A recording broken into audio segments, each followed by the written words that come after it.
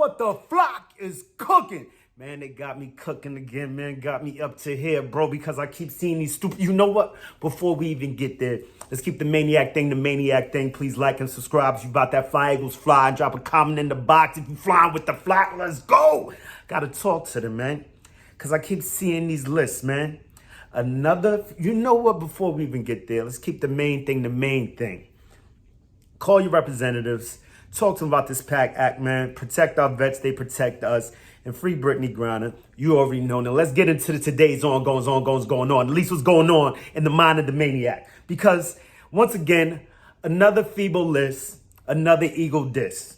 And today I've got two that I don't know how they escaped my radar. But we're going to talk about him later. But you got to be kidding me, bro. A.J. Brown, not on the top 100 list, is blasphemy. Yeah, I said go on my Stephen A today. It's beyond blasphemy. It's egregious. I still sound like him. Which one I got? I don't know what I got for it, but it's out of this world. It's preposterous even. Like, what are they doing not putting A.J. Brown on the top 100 list of NFL's top 100 players? You got to be kidding me. At least definitely top 10 wide receiver, toughest dude. And, man, you know what? He going to shut them all up this season. And all these dumb, feeble lists with these Eagles disses is doing nothing but fueling our fire. Fire for that flock pot to boil. And it's going to all come to that head. Game one. You know what? We even got a few scrimmages up against Cleveland Brown and Miami to go. We can let our heat off there. You know? So we're going to see how that goes down. And I'm not even that mad at that list because I heard Barrett Brooks break it down, man. These lists, they go and ask these guys who they think and what they think of this, that, and the third, like right before they're about to go out for practice or something, like between moving from location to location and practices, some craziness. And he said there's a lot of politics going on with it. Oh, I don't like this guy. This guy don't like me. Oh, da-da-da. Vote for guys on my team. Yada-da-da-da. Not even that mad about that. But y'all already know where this is going, man. Because Jason Kelce told y'all this. No one likes us. Nobody likes us. We don't care. See, it's got me congested. All of this Eagle hate and all of these feeble Eagle lists with these feeble disses driving me crazy. But you know what? I'm going to brush that to the side. You know what I mean? Just another one water down our back. As my man D Gun says, water down a duck's back. We smooth. We fly through that BS, whatever. Don't matter to me. But it do, though. Clearly, you can tell. And then this other list, you know what? I'm not even going to lie. I'm kind of proud of it. Most annoying fan bases in the NFL. Yeah. And I don't care. We topped that list. Number one, Eagles fans. But you know how it goes, man. If you ain't doing nothing, they ain't hating on you. So no one cares about all these other squads. When you're hopeless, no one hates you. You know? And we always competitive. Even in the rebuild, we rebuilding last year and we in the playoffs, boy. So what you talking? What you saying to me? Nothing. So I could care less. And it's crazy. It's crazy because the person who pointed this list out to me, my cousin, Dust Bowhead, this guy's crazy. He's sending me a list to laugh at my squad. But then as I look down the list a little bit more, I'm like, your team's on the list. As a matter of fact, the whole NFC East is on this list. So I don't want to hear nothing from the wee man, nothing from the dumb man. There's nothing from the bow boys about nothing. Y'all on the same damn list. And I don't even know how the dumb man has made the list. That's old Dust Bowles' team over there. I mean, I don't even know. Like, they should be on the list of most irrelevant teams. Like, they should be on the dumpster fire list. Because your coaching staff is a dumpster fire. Your stadium's a dumpster fire. Everything around there is a dump. Y'all are like, I don't even know how you... I still see some of y'all, you know, real still repping your team. But this guy, he doesn't even want to rep his team. He tells me straight up he's hopeless. So why even root? Why even boost his team up? I boost my team up every year because I'm a fan. And never once do you hear me shouting out that SB word in the beginning of the season because Super Bowls aren't won in September, October, November, not December, none of that. They won in February. So until then, I root for my team, big my team up because I'm a fan. You should try it sometime. Because your team is down in the dumps, don't be mad at me. Be mad at them. Why are you coming at me for? What are you doing? Talking about like, I keep getting put in this pot, bro. It's not the flock pot, man. That's the drop pot. Drop a flag pot like I'm a damn Bow Boys fan. This is not the case at all. They think they're going to win it every year. I'm hyping my team up every year. You never hear me talking about we going all the way to the Super Bowl. I might say we're going to beat you, boy. But other than that, we're good. But I get it. Got a beautiful, beautiful, beautiful family over there. I'm Team Boogie all day, too. That's his son killing it on the field. So is his son and his daughter and his wife. A beautiful family. So this is just for you, Dust Bowl head. Get out of here with that. Get the flock out of here. I don't want to hear it no more. Because I don't talk like that. What I do is I rep my team because we making busting stupid dope moves over here. I got my GM Hal E busting the stupid dope moves, and we just keep bringing people in. And that's what we do. So I want all that shut down. And like I said, if you're hopeless, they ain't hating on you. So you know what?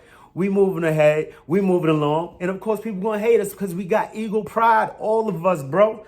The flock pop rises to the top. I don't care what you say nonstop. This is what we do. This is how I feel about it. This is my life as I see it. You know what I mean? Give them the eagle eyebrow. Yeah, that's what we doing over here. So that's that. Enough of these feeble lists with their eagle disses. It's nothing for us but fire to the flock pot, and it's going to boil to the top. Just so you know. Yeah, they better. Because I'm doing, the boat season is crazy. I'm boasting OD over here. But I'm just hyped. So hyped for the season to start up. And I need to get my man Miles Sanders back out there, because another thing that's heating up over here is the trade talks, picking up Kareem Hunt and all that. And I mean, if we do it, we do it, man. I want to see this boy Miles do the damn thing, man. You know, but I mean, it's just we can't have faith in, you know, someone who comes in like the best. You know, I say it all the time. The best ability is availability, and the man's got to be available. That being said, we're going to get a nice up-and-close look on Kareem Hunt this week. We got 2 practices coming up, plus the scrimmage. So, you know, I'm going to get a nice look. And maybe, you know, how we could talk to his boy over there. I believe Joe Banner, he used to be on our staff and all that. And they could talk it out, chop it out, see what we could get him for what we got and all that. I don't know. We'll see what happens. I'll let that play out the way it plays out. But another one who's bigging us up. No more of those Hurst haters over there. But your man, and Torrey Smith is definitely a fan of A.J. Brown. He said he looks to him like the next, not so much the next coming. He looks like Anquan Bolden, but better, but faster. And he believes he's a Hall of Famer. So what does that say? He means what he thinks about A.J. Brown. So I just can't wait. And man, he was just breaking it down. The way he breaks down the offense is most notably the wide receiver position, and how what we can do with what we've got, and with those two dynamic receivers that we have over there, not to mention the other ones. Like, it's crazy what we have. And he sees it the same way I see it, as I'm pretty sure a lot of you see it. Dallas Goedert is going to have a monster season. So there's just so many weapons. And to that point, I know a lot of us fall in love with the numbers. You know, we want 1,000-yard receivers, 1,000-yard rushes, 4,000-yard passes and all that. And, you know, there may not be enough balls to get around. Not enough, not enough balls to pass to the receivers and get to the running backs and all that. But what he was saying was, basically, to bring it all back, is that what you want is a balanced attack. He said on the 2 Super Bowl teams he was on, there were no 1,000-yard receivers or rushes to that point. I believe, no, Ray Rice definitely had 1,000 yards a few of those seasons. I had to have. But, you know, just basically to have a balanced attack. He's basically saying that's what you want. You want to be able to spread this thing out, because then you don't know who to stop. You can't double team this because we're going over here with that. And he just hyped me up a little bit more. Torrey Smith, Team Eagles, when he came and checked us out, he said he also got to look at the dumb man that's down there. He said his boy, because Carson's his boy, you know, helped him to get a Super Bowl up here in Philly, you know. But for the Eagles, rather. And, yeah. So he's like, Carson's looking good down there, most notably Jahad Dotson. Yeah, as we're getting closer to the season, and you know, you're just hearing all this stuff coming out of, like I said, the bowl season from different camps. They're boasting up their teams also, you know, and this is that time of the season. He basically said that we he shot down the Giants, which I'm going to touch on in a second, in a little segment outside the nest. I forgot what I even called it, but I told you I would do a weekly installation of teams that could be the biggest threat to us as far as winning the NFC East. But the team that he disliked the most was the Wee Men, because he said, you know, they're just horrible over there. But I'm going to tell you a few of my thoughts of why I think, you know, keep an eagle eye open for them boys, because they got a few things going on over there. Basically, you know what? Let's slide into that right now. So as far as a threat to the nest, yeah, we're going to go with that TTN, threat to the nest. Yeah, so how the Giants could be a threat to us as far as winning the NFC East title, I see that they have the new coach, of course, new DC, defensive coordinator, and new offensive coordinator. You know the DC is coming to attack. Wink Martindale, I believe, from formerly of the of the Baltimore Ravens. He was down there, and you know he has an attacking style, and basically what he has over there is a few attackers. I believe the rookie from last year, I forget his name, but he was putting a lot of pressure. I believe he may have led the team in sacks last year. Then you've got Kayvon Thibodeau coming up, and he's a beast also coming off the edge. So you got those guys attacking, and they're pretty stout up the middle also with, I don't give a damn about the wee man. But they got some boys, some big boys up there up the middle. And I remember I wanted Xavier McKinley when he came out of the draft, and I believe he was a Pro Bowler last year also. So I can see him making up for the deficiencies that they have at cornerback by just flying all over the field. Who knows? I hope it doesn't happen. I'm just saying, be wary. Don't sleep on the wee men. They got a few things over there, and not to mention they have an OC, an offensive coordinator, formerly of the Kansas City Chiefs, and they've always had weapons. I just believe they weren't used the right way, possibly because Daniel Jones is just not the man. Can't get it around. So when he was making explosive plays, he was also turning the ball over a lot. Once he stopped making the turnovers, his play dissipated as far as just matriculating any type of offense down the field. I mean, these guys went for 3 quarterback sneaks, I believe, last year. So just not very offensive-minded last year, but they have a few offensive-minded guys coming over here, and Brian Dable and Kafka. And, yeah, just keep an eagle eye open for them dudes. But I still think, at the end of the day, you already know, we're going to take over this NFC East, because I just think we just have too much defensive firepower, too much offensive firepower for them to even hold a candle with us. But as you know, in this division, we always play each other tough. No matter what the records are, you could throw them out the window. So let's keep an eagle eye open for the wee men possibly being a threat to us winning the NFC East title. Keep an eagle eye open. I think I'm going to go with that. Yeah, let's call this segment that. So you can close your eagle eyes for now and don't tear it up, because I just don't see it happening. But hey, who knows? Then I was watching also Barrett Brooks break down the importance of these dual practices, whereas teams are practicing basically scrimmages against each other 2 days prior to them actually playing a scrimmage on television, which I don't believe bodes well for Jalen Hurts actually playing this game. But, you could also look at it as this being the dress rehearsal for the regular season, being that it used to be the 3rd game back in the day, so it would be the 2nd game now. But with everything being crunched so much, I believe they just want to put more eyes on these guys. I mean, they've got to cut, 43? They're down to 85. Got to cut it to 53. So you got to cut 32 people. So I believe it's more of a focus on that. And then that somewhat bye week between the last preseason game and the regular season is when they can fine tune whatever they're doing prior to game 1. With that being said, though, Barrett Brooks was breaking down the importance of these, scrimmages between two teams, the dual practices. So you have it's a focus on situational football as opposed to, you're scrimmaging in a game. You're playing a preseason game, and you may not see the red zone but so many times, or face this many 3rd down situations. So in these practices, you can own your skills. You can focus in on these situations so that you'll be ready for them once the regular season comes. So I wasn't aware of that prior. I thought they were just, basically going 11 on 11, all practice. I mean, probably still 11 on 11, but just, up and down the field, similar to a scrimmage. But what sense would that make if you're going to play just a few days later? So I'm looking to hear a lot of good news coming out of there for that. Can't wait for that. Tomorrow, I just want to hear when I get home, just, more silence so we can hear another Hurts hater getting their wings. You know what I'm saying? Like, get out of here.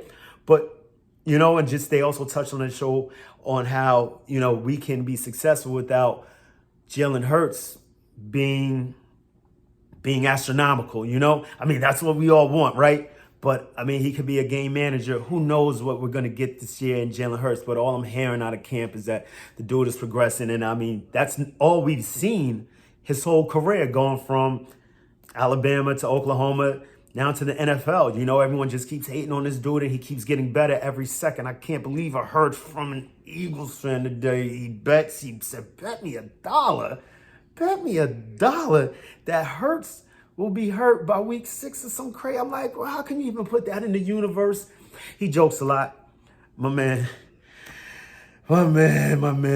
Punk Rock, man. So, yeah, we'll see what goes on with that. So we got that coming up tomorrow. So much stuff I wanted to touch on, but we'll be back here tomorrow. But before that, we got the Covey watch. I don't know what's gonna happen with the Mormon missile watch. You know what I mean? Like, there's just so many things will have to happen for him to make the team. But we're hearing nothing but good things coming out of camp. But I do believe he has like fingerish, something's hand injuries or something like that. Then I heard Bradbury went down, but he came back yesterday. So, I hate to hear about these. And don't say the I word. I hate to hear about my guys going down in practice. But, see what happens with that. And another thing I forgot to touch on yesterday that I was hearing over the weekend. This is just the wildest right here. The wildest. Michael Irvin actually saying the Philadelphia football Eagles have a chance at a dynasty. That came out of a Bow Boy's mouth. Whoa. Dude, I almost lost my mind.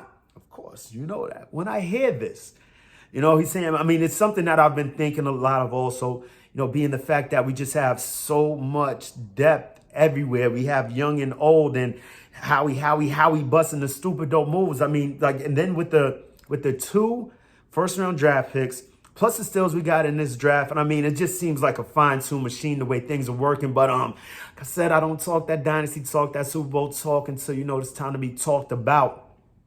But for Michael Irvin to show, what does he call himself again? The playmaker? Yeah, that guy. Like, what? Talking this, what? Out of his mouth on my man, the Dan Silly Troll show. Like, what? So he shut Dan Silly Troll up for a second. I could call him Dan Silly right now because he was actually, sounded like he wasn't trying to pop too much hate against us. I guess he was talking to his homeboy Michael Irvin, so he tried to tone it down a little bit because, it's got it all. It has to be an act.